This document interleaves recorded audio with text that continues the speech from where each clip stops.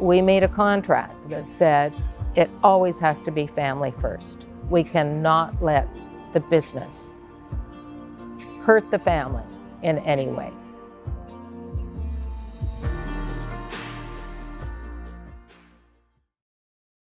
Lynda and I were just freshly married, and off we went. We were around 24 years of age, and to a city called Sudbury, Ontario, which is known for nickel mining.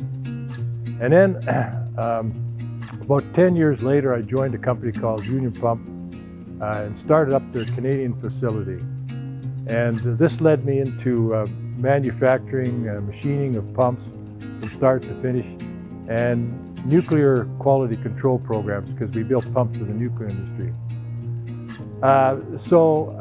It was really intense those first 10, 15 years of my career with the pump industry.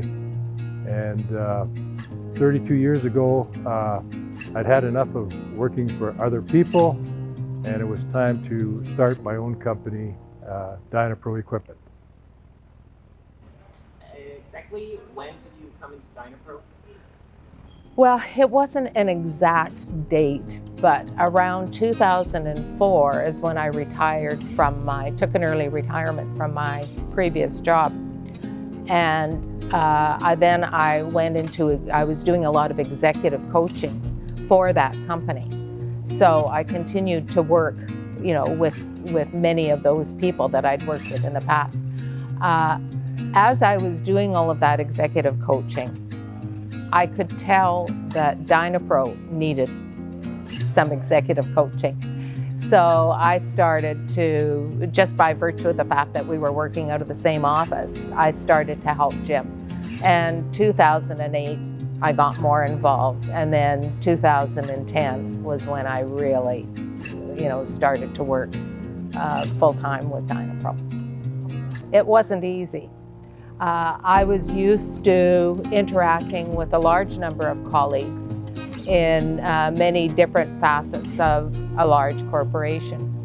And then I found myself working in a home office with one person who happened to be my husband. So it was definitely a challenge to make that transition. There is no question for me that the biggest challenge was opening up a brand new company in Mexico.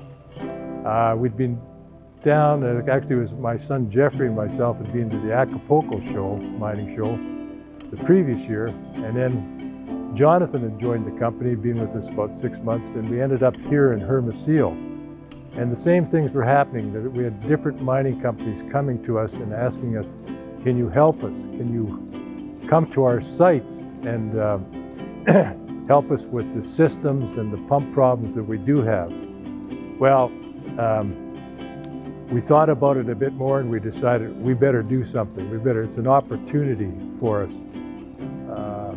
But along the way, it was very difficult because of the language. Neither one of us spoke Spanish. It was different government regulations, which were quite different from Canada, and then quite different in the training required for the sales engineers and the people that we hired as we went along.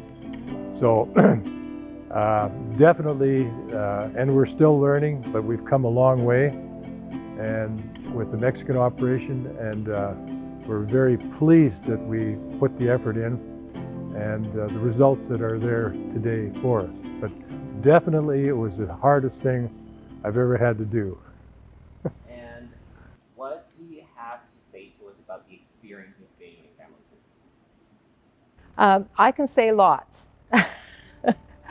But first, let me start off by saying family businesses are, the added complexity is that you have a very tight personal commitment to the family members.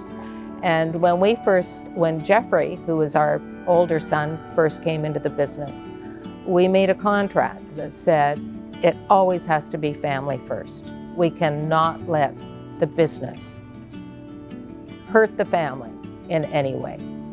So we always come back to that. That's a first principle. And it's much harder than what it sounds, because you are constantly, we constantly talk business, even when we're having family dinners. And so it's difficult to leave the business behind. We do make an attempt, and sometimes we're successful, but it's not always easy. For many years I was traveling for Dynapro equipment, now Dynapro Pumps Mexico, pretty much by myself. And I'm really delighted to now have both my sons working for the companies, Dynapro Equipment and Dynapro Pumps Mexico. And I'm also thrilled at the focus that they put on both companies and the growth that we're achieving now through their efforts.